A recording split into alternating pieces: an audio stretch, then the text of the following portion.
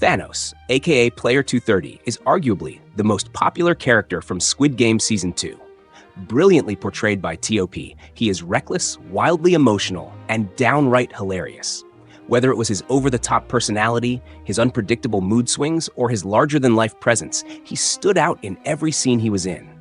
His early death may have come as a shock to some viewers, but let's be honest, he was never going to win.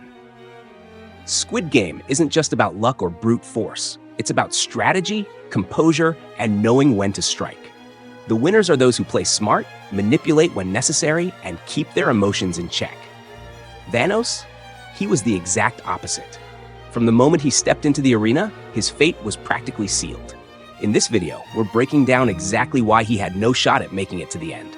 But first, let's take a look at his background and what led him to the games in the first place.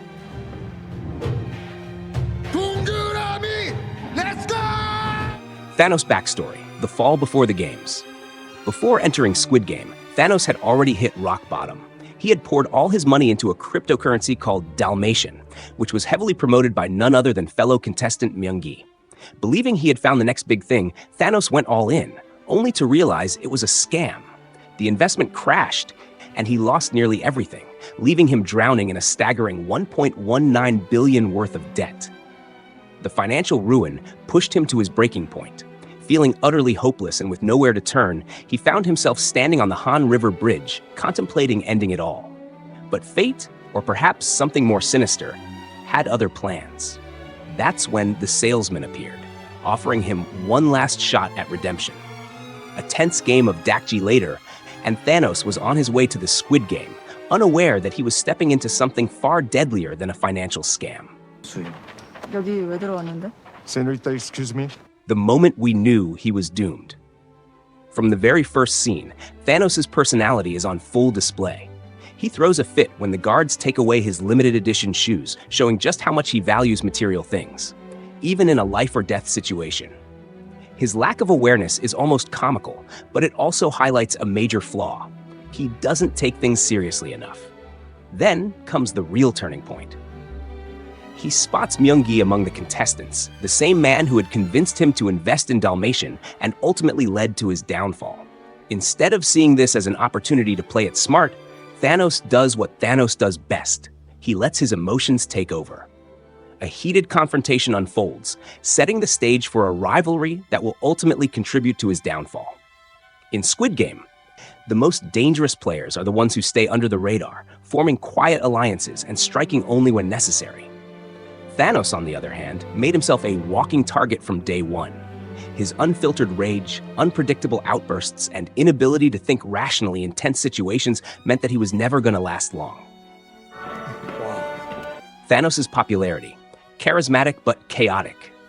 Despite his reckless nature, Thanos was undeniably one of the most popular contestants in the games. His larger-than-life energy and unique look made him stand out, and his fellow players flocked to him, snapping photos as if he were a celebrity. T.O.P. later revealed that he intentionally modeled Thanos after 2016-era SoundCloud rappers like Lil Pump and Smoke Perp, artists known for their excessive, often cringeworthy personas. What the hell? Oh my God, no way, yeah. We see this influence when Thanos starts freestyling in an attempt to impress Player 196.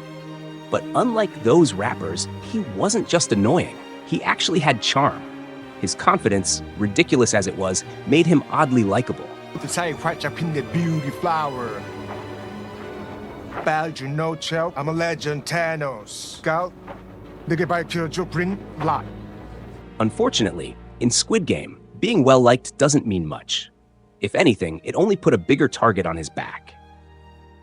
The drug problem, playing while high. While his emotional instability played a huge role in his downfall, it wasn't the only factor working against him. Another major issue? His drug use. After Player 196 is eliminated, we get a glimpse of just how reliant Thanos is on substances. He takes drugs to get through red light, green light, the six-legged pentathlon, and mingle, meaning he was essentially high out of his mind for the majority of the competition. Now, let's compare this to the finalists from Season 1, Gi-hun, Sang-woo, and Se-byuk.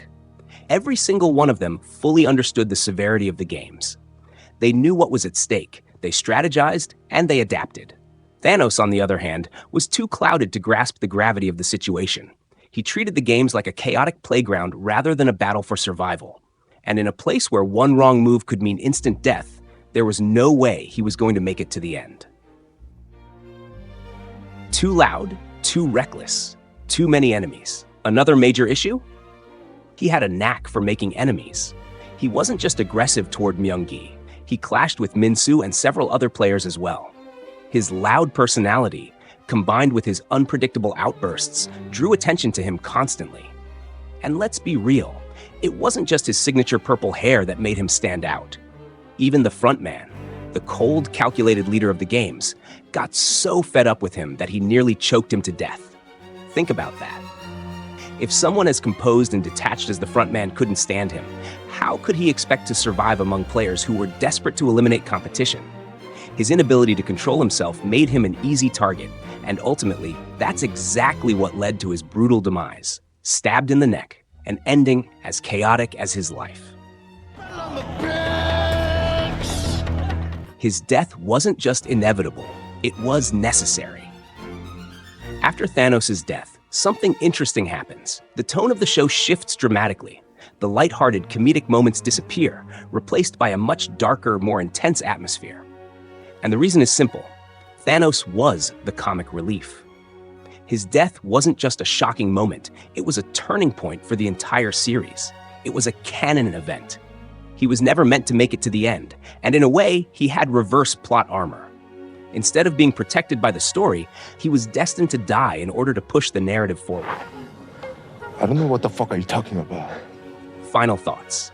Thanos, aka Player 230, may not have had what it takes to win Squid Game, but one thing is for sure, he left a lasting impact.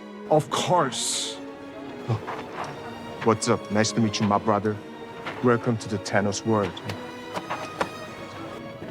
My little boy Min-soo! I'm so happy to see you again, bro. His chaotic energy, emotional outbursts, and wild antics made him one of the most memorable contestants in the show. But could he have won under different circumstances? If he had played smarter, controlled his emotions, and stayed off the drugs, would he have had a shot? Or was he doomed from the start? Let me know your thoughts in the comments. And if you enjoyed this breakdown, don't forget to like, subscribe, and check out my other videos for more Squid Game content. See you in the next one. I like you.